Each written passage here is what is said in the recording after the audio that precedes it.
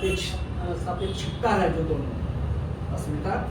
और राष्ट्रवाद की, वो काफ़ी इन्होंने गंभीरता से बातें रखी हैं। मैं कुछ चीज़ें मैं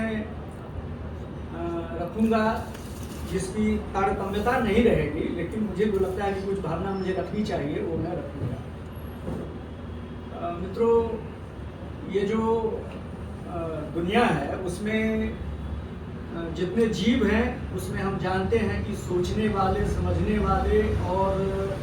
और जीवों से अलग मनुष्य ही है।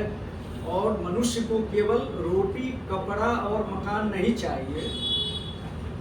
उसको और चाहिए वो अस्मिता, जिसको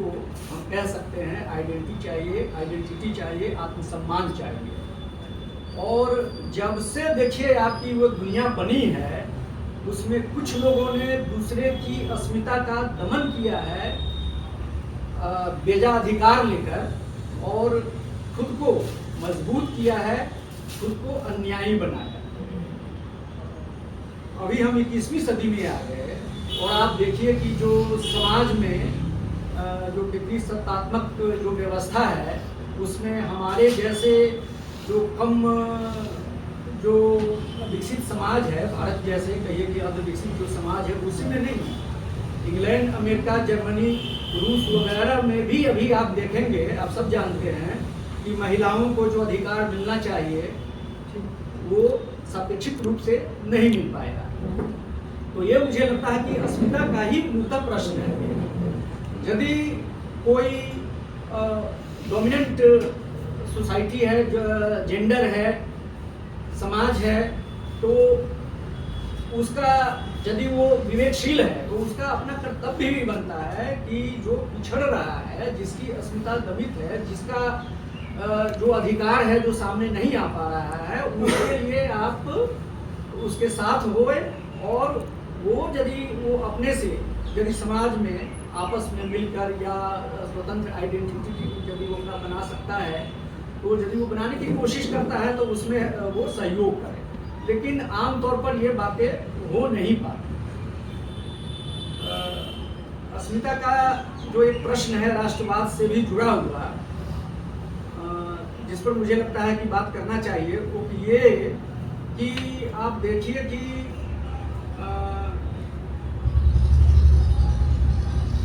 कई बार जो एक विचारधारा का आदमी होता है, जो ये स्पष्ट होता है कि नहीं वो वैज्ञानिक सोच का है,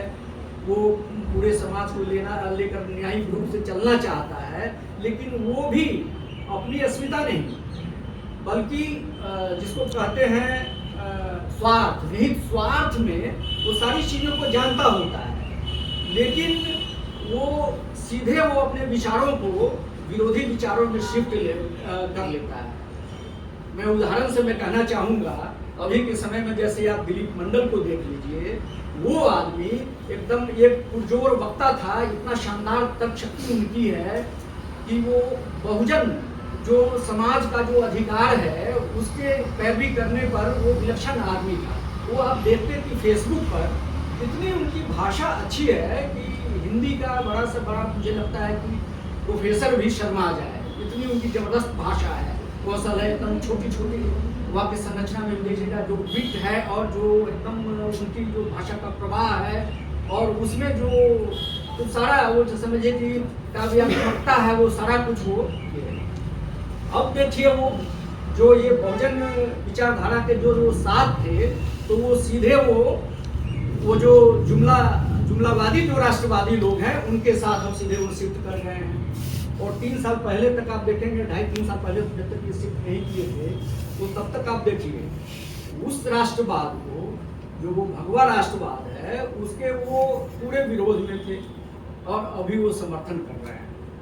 तो इस तरह का जो एक प्रश्न है वो अस्मिता के साथ मुझे लगता है और राष्ट्रवाद के साथ ये जो है ये विस्तृत करने वाला प्रश्न है।